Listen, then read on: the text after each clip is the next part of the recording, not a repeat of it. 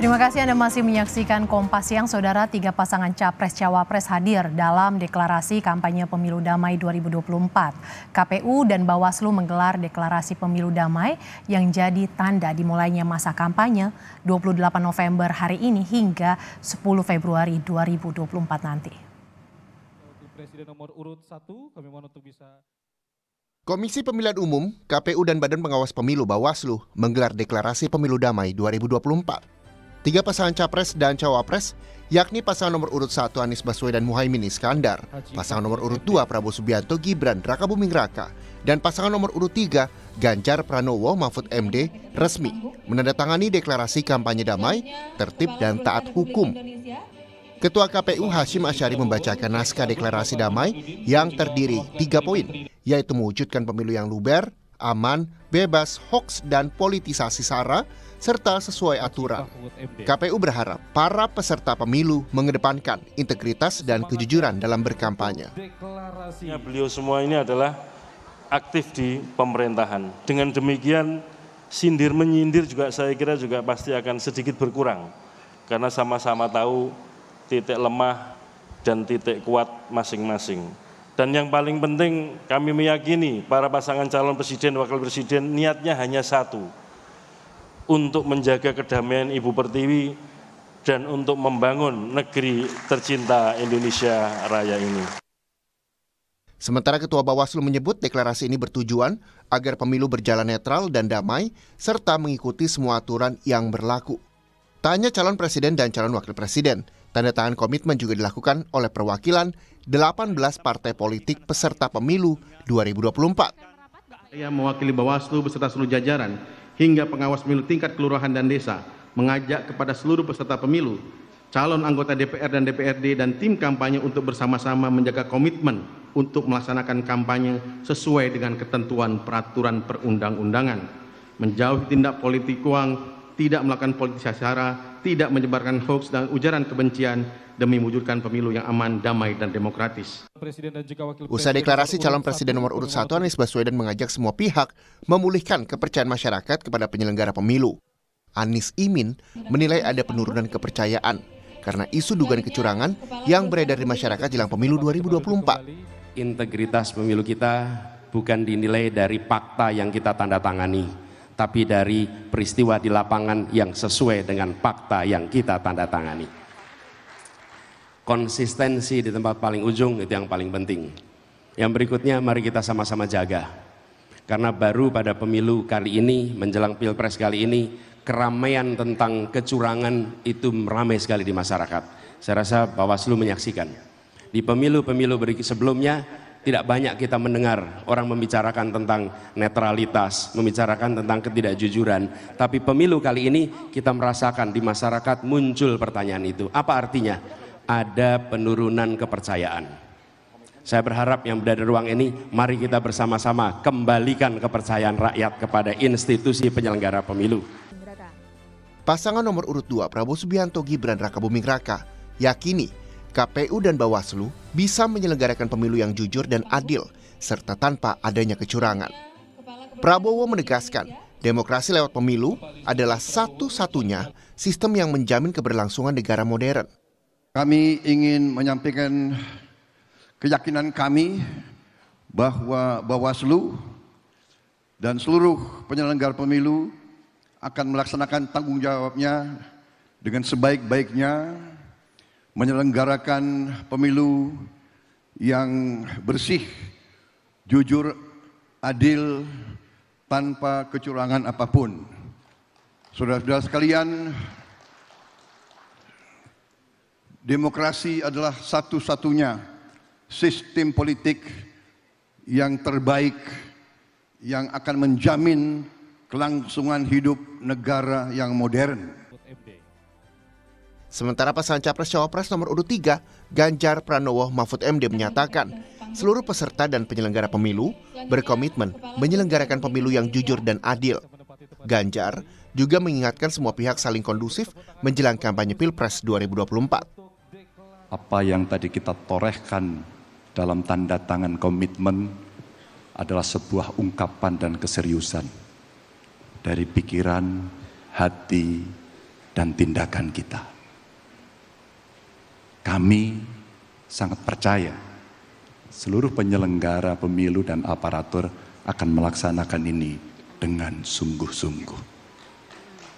Maka kami menyampaikan penghormatan dan terima kasih atas komitmen yang dibangun. Tugas kita hari ini adalah melaksanakan komitmen dan kata-kata yang sudah kita tanda tangani. Selasa, 28 November jadi hari pertama kampanye yang akan berlangsung selama 75 hari hingga 10 Februari mendatang. Paslon nomor urut 1 dan 2 kompak memilih Jakarta sebagai lokasi awal kampanye.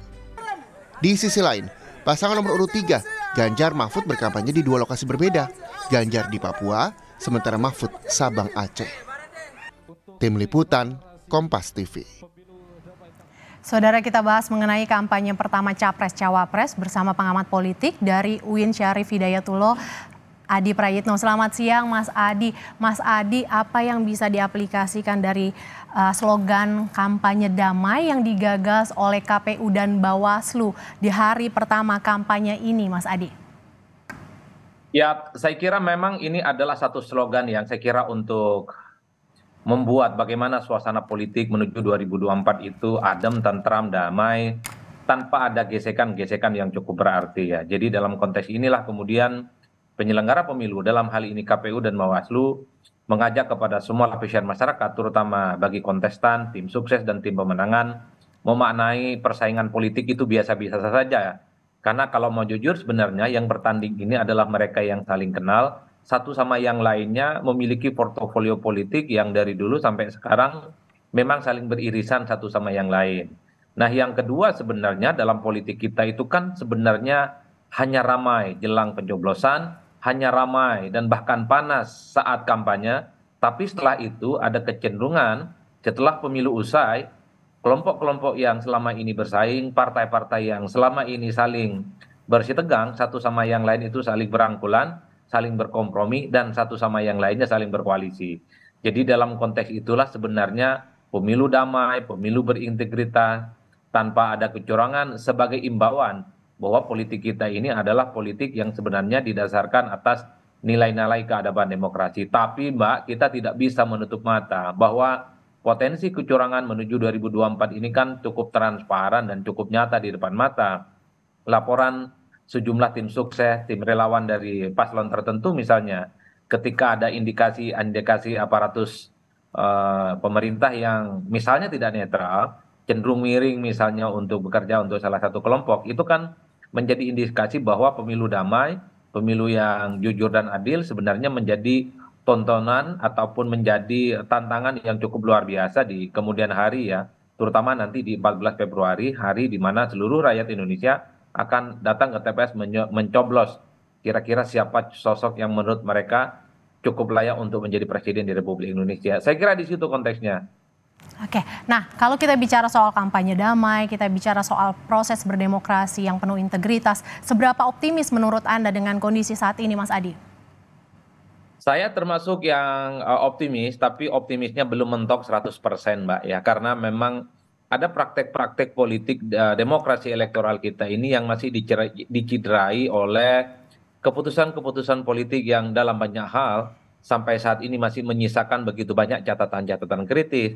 Misalnya soal netralitas aparatus pemerintah yang belakangan ini paling banyak disinggung ya, kan cukup transparan dan nyata di depan mata, tapi tidak bisa diungkap sebagai bagian dari pelanggaran pemilu. Oleh karena itu bagi saya yang paling penting adalah bagaimana kita menciptakan pemilu yang berkualitas. Tentu saja siapapun yang punya akses terhadap kekuasaan, jangan menggunakan aparatus-aparatus pemerintah untuk memenangkan pertarungan politik.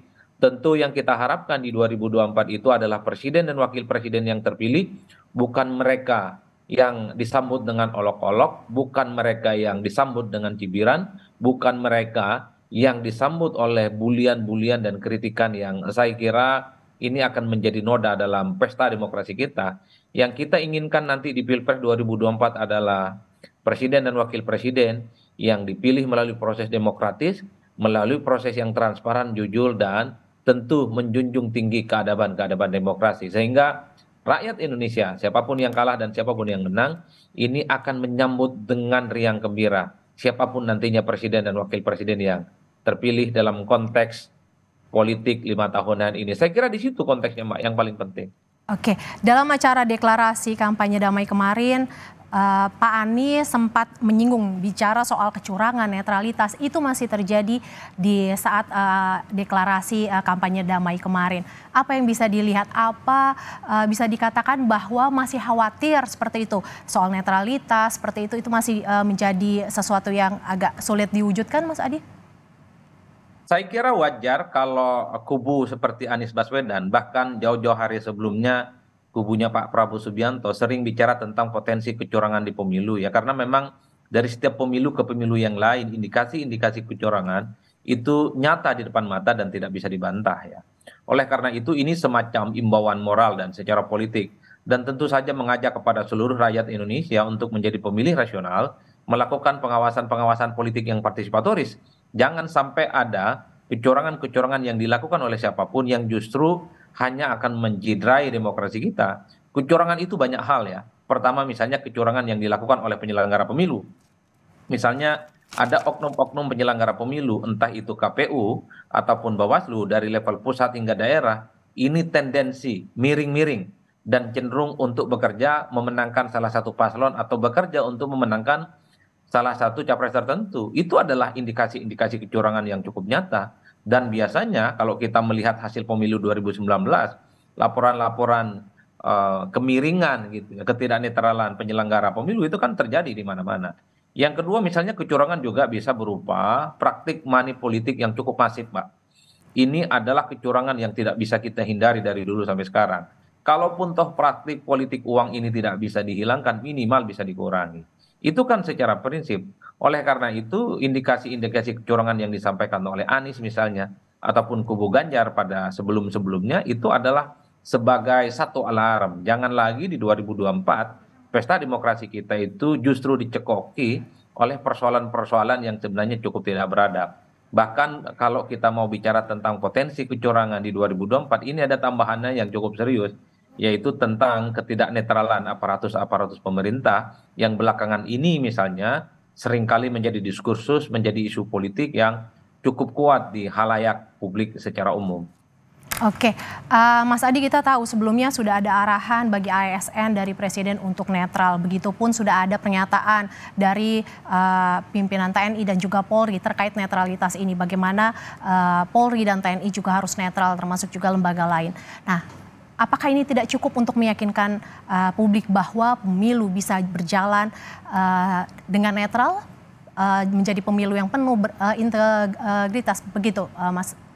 Ya kalau mau jujur sebenarnya pernyataan presiden yang berulang-ulang selalu mengimbau kepada seluruh aparatus-aparatus pemerintah untuk netral, untuk tidak cawe-cawe dan tidak miring-miring, saya kira mestinya sudah selesai. Termasuk pernyataan Kapolri, pernyataan Panglima TNI, saya kira sudah clear ya, bahwa semua akan ditindak jika ada oknum di antara mereka itu bekerja untuk kepentingan salah satu calon dan kepentingan partai. Tapi kan pada saat yang bersamaan gitu ya, ada praktik-praktik yang ditengarai, terindikasi dilakukan sejumlah oknum-oknum tertentu untuk kepentingan politik tentu saja. Ini yang pada saat yang bersamaan kenapa isu soal netralitas aparatus pemerintah selalu menjadi pembicaraan, Mbak. Misalnya ada satu patroli di salah satu kantor partai politik tertentu. Mungkin itu adalah satuan tugas pengamanan seperti biasa jelang pemilu. Tapi kadang patroli itu hanya dilakukan untuk salah satu partai, tapi tidak berlaku umum ke semua partai politik. Sehingga menimbulkan kecurigaan-kecurigaan yang kemudian dianggap sebagai bagian dalam tanda kutip gitu, potensi-potensi yang tidak sejalan dengan kaidah demokrasi. Meski tujuannya sama, meski tujuannya adalah sesuatu hal yang bagus jika ada patroli keamanan ya. Ataupun misalnya ketika ada penurunan atribut-atribut paslon dan calon tertentu, tapi tidak diberlakukan kepada calon yang lain, ini kan menimbulkan satu pertanyaan yang cukup kritis. Kenapa itu terjadi? Ataupun ketika ada mobilisasi aparatus-aparatus desa ya, itu kan menjadi pertanyaan-pertanyaan prinsip bagaimana aparatus-aparatus pemerintah yang kita sebut itu sifatnya umum dan luas, itu memang menjadi tantangan yang cukup serius bahwa mereka itu jangan bekerja untuk kepentingan politik manapun. Mereka disumpah, ya, mereka digaji hanya bekerja untuk kepentingan bangsa dan negara, bukan untuk taat kepada orang, bukan taat untuk kepada jabatan, tapi tegaknya kepada pemerintah, kepada negara secara umum, bukan kepada orang. Oleh karena itu, bagi saya mestinya ketika Presiden, Kapolri, Panglima TNI menyatakan secara terbuka supaya jajaran-jajaran mereka itu untuk terus netral, mestinya tak ada lagi pembicaraan-pembicaraan di luar, tak ada lagi pembicaraan-pembicaraan di level elit, bahwa ada oknum-oknum tertentu yang misalnya dianggap miring-miring dan bekerja untuk kepentingan politik praktis. Saya kira di situ poinnya, Mbak. Mas Adi, kita masih akan lanjut usai jeda. Tetaplah bersama Kompas Siang, saudara. Kita kembali usai jeda bersama pengamat politik dari UIN Syarif Hidayatullah, Adi Praitno. Sesaat lagi, tetaplah bersama kami. Terima kasih Anda masih menyaksikan Kompas Siang, saudara. Kita masih akan lanjut membahas mengenai kampanye pertama Capres-Cawapres bersama pengamat politik UIN Syarif Hidayatullah, Adi Praitno. Mas Adi, kita akan coba membedah ini masing-masing pilihan lokasi kampanye para paslon. Paslon nomor urut 1 Anies Baswedan memilih berkampanye di Tanah Merah, di Koja Jakarta Utara, dan Caimin di Surabaya. Apa yang Anda bisa lihat ini dari pemilihan tempat Tanah Merah, Koja Jakarta Utara yang dipilih oleh Anies Baswedan? Ya, saya kira persisnya hanya mereka dan Tuhan yang tahu ya, kenapa misalnya masing-masing calon ini memulai dari satu tempat yang berbeda dengan yang lain. Tapi kalau saya membaca secara umum, ini starting point bagi mereka untuk menegaskan bahwa kampanye mereka itu dimulai dari batas ataupun basis politik yang selama ini memang menjadi kekuatan politik mereka. Harus diakui, Anies Baswedan itu kekuatan politiknya salah satunya adalah di Jakarta. Mengingat posisinya sebagai gubernur DKI Jakarta memang mendapatkan expose dan tingkat dukungan politik di atas rata-rata. Jadi wajar kalau kemudian Anies memulai kampanye politiknya itu di Jakarta ya. Sementara Muhaimin Iskandar kita tahu memulai kampanyenya di Jawa Timur. Publik tahu basis dari PKB, basis dari Muhaimin Iskandar adalah Jawa Timur yang saya kira memang akan menjadi basis yang akan terus dikapitalisasi untuk terus mendapatkan dukungan politik yang berlimpah. Begitupun dengan pasangan Mahfud MD dan Pak Ganjar Pranowo. Kenapa memulai dari Sabang ataupun dari Merauke? Ini kan kita tahu kalau membaca statistik, dua sosok ini kan kuatnya ataupun dukungan politiknya cukup kuat di tempat-tempat itu. Jadi ini semacam pesan politik bahwa mereka akan memulai kampanye politik dari basis-basis yang selama ini memang dukungan politik yang kuat.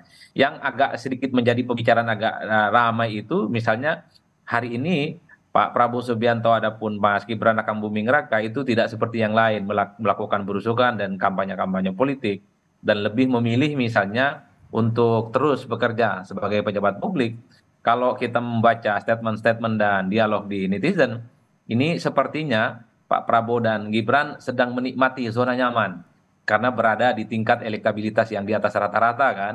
Bahkan ada keyakinan misalnya dari beberapa orang yang menyebut yang terafiliasi sebagai pendukungnya bahwa pasangan ini misalnya potensi untuk menang satu putaran. Mungkin ini juga yang bisa menjelaskan kenapa Gibran, kenapa Prabowo tidak turun ke bawah, tidak belusukan seperti yang dilakukan oleh paslon-paslon yang lain. Tapi for all bagi saya, hari ini adalah kick off di mana pertandingan Pilpres itu dimulai.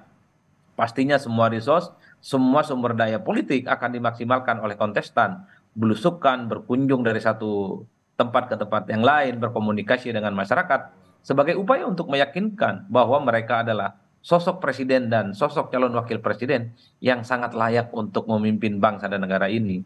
Kalau saya membaca angka-angka statistik hasil survei, memang salah satu variabel penting kenapa pemilih menentukan pilihan politiknya, karena sang calon presiden dan sang calon wakil presiden adalah mereka yang rajin turun ke bawah, menyapa mereka, berdialog dengan mereka, sehingga menurut mereka pemimpin yang merakyat dan dekat seperti inilah yang kemudian akan dijadikan sebagai acuan untuk memantapkan pilihan politiknya nanti di tanggal 14 Februari di 2024. Jadi wajar kalau kemudian belusukan itu dilakukan, Mbak. Oke, Mas Adi, kalau kita bicara kampanye seperti itu, ini kan sudah mulai masa kampanye. Menurut Anda dengan situasi saat ini, kampanye yang door to door, ketemu warga sama kalau kita kaitkan dengan kampanye yang sekarang di media sosial, seperti apa yang lebih efektif, Mas Adi? Ada dua kecenderungan memang selalu dilakukan oleh masing-masing calon nomor 1, nomor 2, dan nomor 3, yaitu serangan udara. Serangan udara itu kan salah satunya dilakukan melalui media sosial, yang saya kira memang resultante dan pergerakan politiknya belakangan ini kan cukup agresif. Tentu dengan narasi-narasi yang dibangun oleh setiap calon ya. Yang kedua tentu saja kalau kita melihat bagaimana serangan udaranya itu kan bukan hanya di media sosial, tapi juga di media-media mainstream. Ada yang berkampanye mulai di TV, di koran, gitu, ya, media online dan seterusnya dan seterusnya.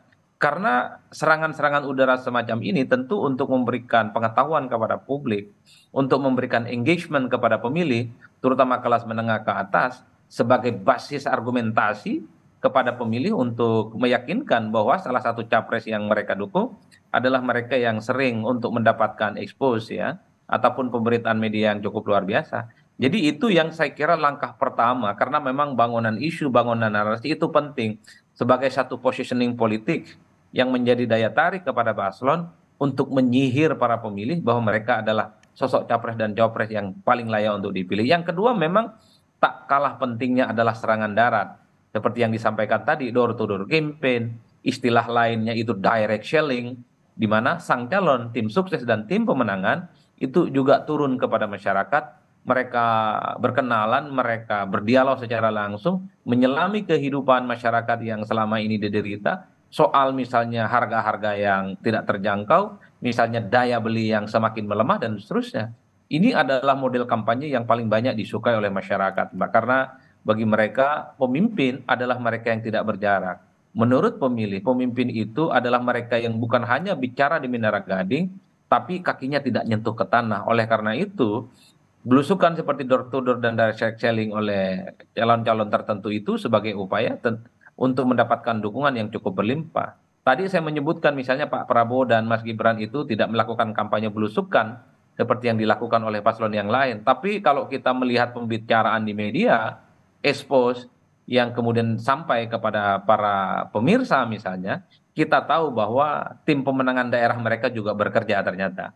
Mereka mengadakan panggung, mereka mengadakan sosialisasi, menyebarkan visi misi dari pasangan Prabowo Subianto dan Mas Gibran Rakabuming Raka. Oleh karena itu, karena ini adalah kick off hari pertama kampanye itu dimulai, saya hakul yakin semua resource, semua potensi pastinya akan dimaksimalkan untuk meningkatkan tingkat keterpilihan mereka. Tim sukses mereka gerakkan, relawan mereka gerakkan, tim kampanye daerah pastinya mereka akan kapitalisasi, turun kepada masyarakat, mengajak kepada pemilih supaya jagoan mereka masing-masing yang sangat pantas dan layak untuk jadi pemimpin di 2024. Mas Adi, saya tertarik tadi soal serangan udara. Kalau kita bicara soal kampanye damai kan itu idealnya, itu harapannya seperti itu. Tetapi kalau kita bicara soal kampanye di udara ini, biasanya ada tantangan ini terkait dengan adanya ujaran kebencian atau hoax. Bagaimana Anda melihat ujaran kebencian dan hoax dalam situasi saat ini, Mas? Kalau saya membaca soal hate speech ya, atau ujaran kebencian, bahkan hoax, ketika bicara tentang kepentingan 2024 ini tidak semasif 2019 yang lalu. Kalau 2019 itu kan bicaranya tentang cebong dan kampret. Mereka bicara tentang kafir, bicara tentang partai malaikat, ada partai setan. Bahkan ada isu-isu identitas yang memang menjurus pada isu-isu yang cukup sensitif. Terutama berbasiskan politik identitas agama ya. Jadi itu yang kemudian menyuburkan begitu banyak ujaran-ujaran kebencian yang terjadi beberapa waktu silam terkait dengan pemilu kita. Rasa-rasanya di pemilu 2024 ini hanya sebatas ledekan-ledekan yang menurut saya masih standar, Mbak. Tidak menjurus pada hoax dan tidak menjurus pada ujaran kebencian. Paling hanya statement-statement yang bersifat sarkastis gitu ya. Untuk dalam tanda kutip mendowngrade salah satu kandidat tertentu. Jadi istilah-istilah gemoy, ya lebih suka joget-joget, cuman modal belusukan, cuman modal retorika, itu adalah satu statement-statement yang seringkali kita dengarkan dari berbagai kalangan sebagai bentuk sindiran halus sebenarnya kepada masing-masing salah satu kandidat yang misalnya dinilai terindikasi memiliki satu positioning dalam tanda kutip kurang bagus. Misalnya Pak Anies itu dari dulu disebut sebagai sosok yang lebih pintar bicara gitu, lebih banyak ngomong-ngomongnya ketimbang memiliki rekam jejak yang bagus. Itu kan selalu diulang. Ataupun Pak Ganjar misalnya dikritik hanya modal belusukan ke bawah misalnya. Itu kan sering disampaikan kepada publik ya, terutama bagi kontestan-kontestan lain bahwa Pak Ganjar ini hanya bisa berlari, tapi belum mampu misalnya memberikan gagasan dan narasi-narasi besar seperti calon yang lain, itu kan sesuatu yang sifatnya negatif secara tidak langsung. Ataupun misalnya pasangan Prabowo Subianto dan Gibran yang misalnya hanya menjual gimmick politik yang disebut dengan gemoy, joget-joget dan seterusnya. Itu yang saya temukan ya sebagai variasi dari bagaimana dinamika politik Pilpres 2024 agak berbeda dengan sebelumnya. Kalau sebelumnya kan jelas kok ya narasi hoax-nya, narasi fitnah-fitnahnya dan ujaran kebencian ada yang disebut dengan kalau Anda tidak mendukung salah satu calon tertentu maka keimanan Anda itu tidak kuat. Anda itu adalah partai ataupun koalisi politik yang tidak mendapatkan rahmat Tuhan yang Maha Kuasa. Bahkan ada isu-isu PKI yang saya kira cukup kuat saat itu menjadi informasi-informasi yang saya kira cukup tidak bagus dalam peta demokrasi kita. Di 2024 kita tidak pernah disuguhkan itu. Hanya sedikit berita-berita negatif terkait dengan portofolio masing-masing kandidat yang sudah saya sebutkan tadi. Pak Anies dikonotasikan sebagai calon pemimpin yang hanya jago retorika, Pak Ganjar diasosiasikan sebagai pemimpin yang hanya modal belusukan gitu ya, tapi gagasannya belum ada sesuatu yang besar. Pak Prabowo misalnya hanya jualan isu yang terkait dengan joget-joget ataupun gemoy. Kan ini yang lebih kuat narasi politiknya yang bagi saya tidak terlampau kuat secara signifikan mengarah kepada hate speech dan ujaran kebencian. Ya, kampanye dimulai hari ini 28 November hingga 10 Februari 2024. Kita harapkan kampanye damai tidak hanya sekedar wacana tapi bisa terwujud. Terima kasih Mas Adi Prayitno, pengamat politik dari UIN Syarif Hidayatullah yang sudah bergabung bersama Kompas Siang.